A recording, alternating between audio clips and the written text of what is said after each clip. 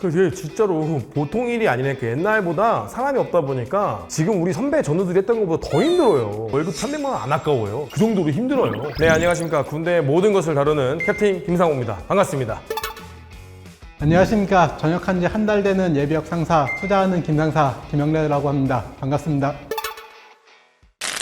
자, 이번에는 전시가 좀 무거운 주제였기 때문에 이번에도 재미로 실질적으로 가장 빡센 부대가 어디인가를 한번 랭크를 한번 정해보려고 합니다. 김 선생님 좀 어떤 게 있을까요? 과거에 군생활 하셨던 분들은 아마 공감을 못 하실 텐데 저는 이제 전역한 지 한 달밖에 안 됐기 때문에 제가 가기 싫은 부대 위주로 한번 선정을 해보려고 해요. 제가 5위로 뽑았어요, 수기사를. 왜 5위로 뽑았냐? 수기사보다 더 힘든 부대도 있긴 한데 그래도 기계화 부대 하나는 넣자고 해서 5위로 넣었고, 일단 지금 남아있는 기계화 사단이 총 3개가 있어요. 8사단, 11사단, 수기사. 그 중에서 수기사를 뽑은 이유는 위치가 일단 굉장히 안 좋아요. 수기사는 어디인지 아시나요, 혹시? 가평에 있습니다. 기계화 부대 사람들은 가평이라고 안 해요. 뭐라고요? 현리라고 해요. 아, 그렇죠. 현리라고 해요.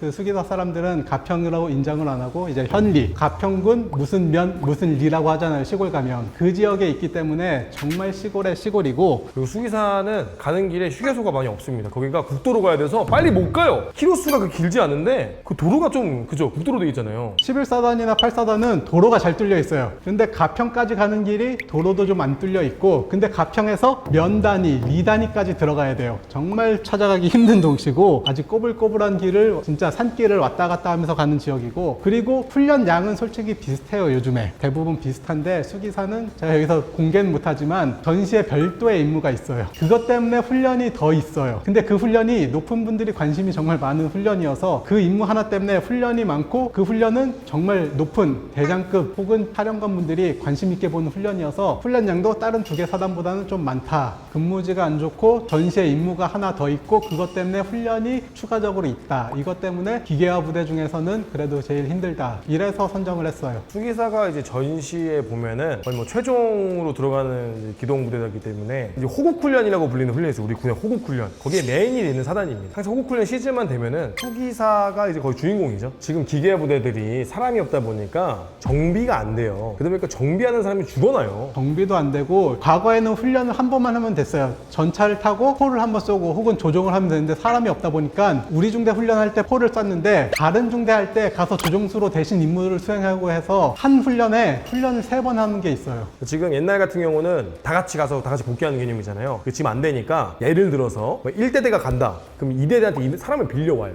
빌려와서 뛰고, 그럼 얘들 또 훈련 나가야 되잖아요. 그럼 또 얘들 또 빌려와요. 한 번 해야 될 훈련을 최소 2번에서 2.5번을 다 한다. 능력 있는 애들은 3번씩 하는 거죠. 야, 좀 빌려줘. 사람을 빌려 쓰는 거예요. 근데 또 정비도 이제 배로 늘어가는 거예요. 7사단 사실 이제 그 GOP 경계 부대도 있고, 최전방에서 북한군을 방어해야 되는 부대죠. 화천 그리고 양구 그 사이에 있어요. 일단 화천까지 가는 도로도 안 좋고, 화천이란 지역도 작고, 그렇다고 화천군의 부대가 있냐? 화천군의 부대가 없어요. 그 앞에 다 산에 올라가 있지 실제로 북한에서 포를 쐈을 때 맞을 수 있는 지역에 부대가 없어요. 그러다 보니까 산 뒤쪽에 붙어 있고, 아니면 홀을 파고 있고, 그러면 거기에 작업량도 많고, 풀 자라면 풀 다 베어야 되고, 눈 오면 눈 치워야 되고, 주변에 인프라도 별로 없고, 전시 임무는 북한군이 내려오면 막아야 되고. 옛날부터 7사단 가면은 동기들이 전투 하나 더 사줘야 된다고, 그 정도로 많이 걷기도 하고, 그 정도로 산악정이기도 하고, 그 정도로 이제 또 열악하기도 하고, 그러니까 뭐 하나 좋은 게 없어요. 근무 여건도 안 좋고, GOP 끼고 있고, 그 다음에 지금 또 사람도 없으니까 또 계속 거기도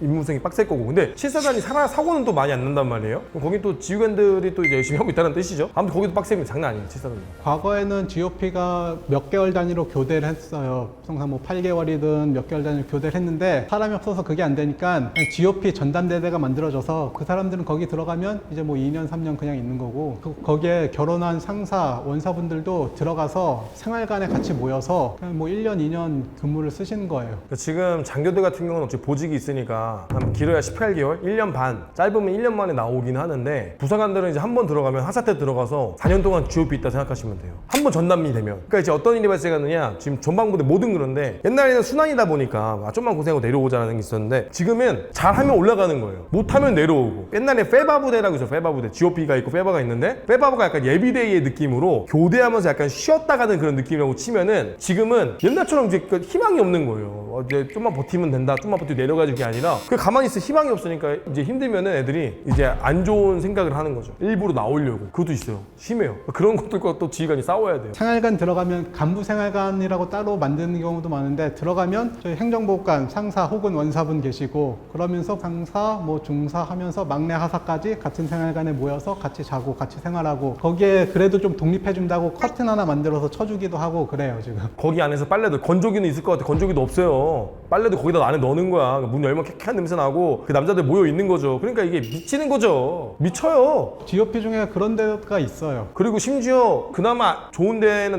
냉난방이 되는데 냉난방 안 되는 데도 많아요 요즘에. 컨테이너 사려고. 겨울은 죽어요. 실제로 어떤 부대는 부사관들 컨테이너에 GOP에 사는 거야. 근데 겨울이 너무 추워서 어떤 친구가 소초장실에 와서 제발 여기 자도 되냐. 소초장실 바닥에서 깔고 자는 거야. 차라리 그게 나은 거야. 밖에서 자느니.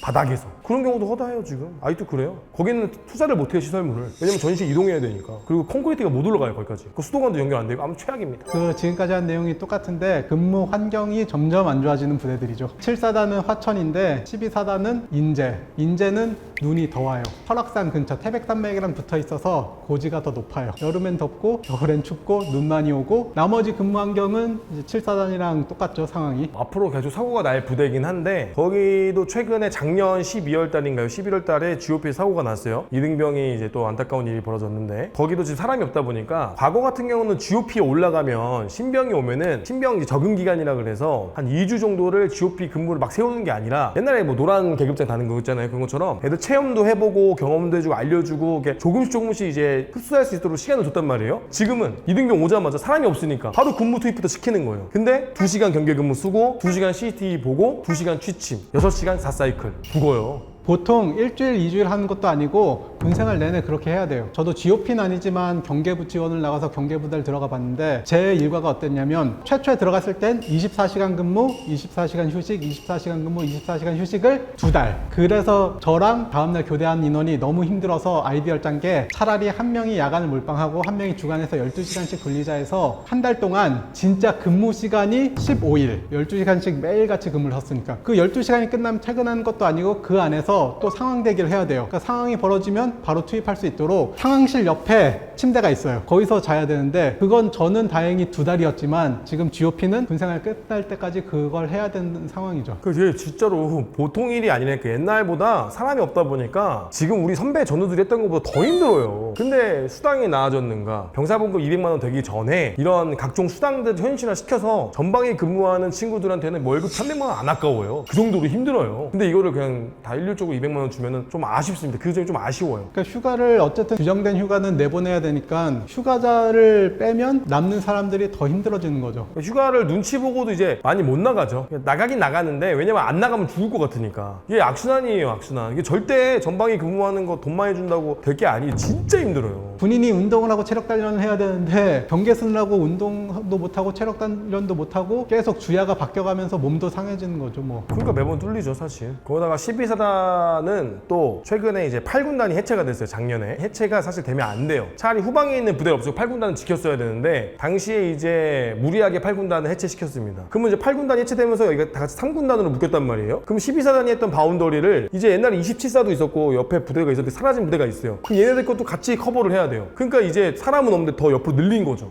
죽어나요 지금. 보통이 아니에요. 21사단이 양구 지역에 있고 12사단이랑 7사단 사이에 껴있는데 그 인터넷에서 GOP 검색하면 나오는 그 험난한 산의 대부분은 21사단에 있다라고 생각하시면 돼요. 백두산 부대 산 딱 이 주변에 돌아봤을 때 부대 마크가 보이는 부대, 이거밖에 없는 부대. 부대 마크 자체가 산이고 그냥 GOP 겨울, GOP 철책 검색했을 때 저런 데서 어떻게 근무를 해 이런 느낌이 드는데 거의 대부분이 21사단이다. 사실 뭐 20이라고 12는 비슷해요. 거의 비슷해요. 거의 대동소이하고 하는데 사실 저는 이런 특전사나 특수부대가 힘들다고는 하는데 걔네들한테 GOP가 그러면 기겁할 겁니다. 예, 진짜 농담이 아니라 특수부대는 이 멘탈리 멘탈리티보다는 체력적으로 힘든 게 힘든 거지 이 멘탈리티적으로 힘든 건 GOP가 진짜 힘들거든요. 과거 GOP는 정말 힘들 때 교대에서 내려와서 회복을 했는데 지금은 교대가 아니라 전담 부대로 그냥 쫙 배치돼 있으니까 거의 피폐해져서 내려온다고 봐도 되죠. 장난 아니라니까.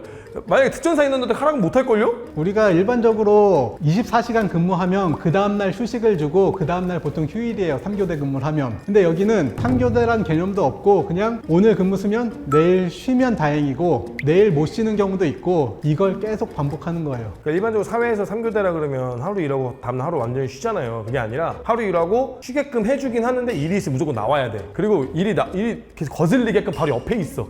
어디 가질 못해. 그런 개념이라고 보시면 돼요. 저는 장난컨대 뭐 특전사분들 들으면 기분 나쁘시겠고 그러겠지만 전 특수부대 인원들보다 거기 GOP에서 근무하는 친구들이 더 강력하다고 봅니다. 멘탈리티적으로. 멘탈적으로. 멘탈, 체력적으로 떠나서. 지금 우리가 22사를 이제 마지막으로 말씀을 드리려고 하는데 다 공통된 게 있죠. 강원도 지역의 최전방이다. 3군단. 그 중간에 부대들도 좀 없어진 부대들이 있어서 경계구역은 늘어났고 인원은 줄었고 GOP 투입되는 시간은 늘었고 뭐 이런 상황이죠. 지금 뭐 되는 게 하나도 없어.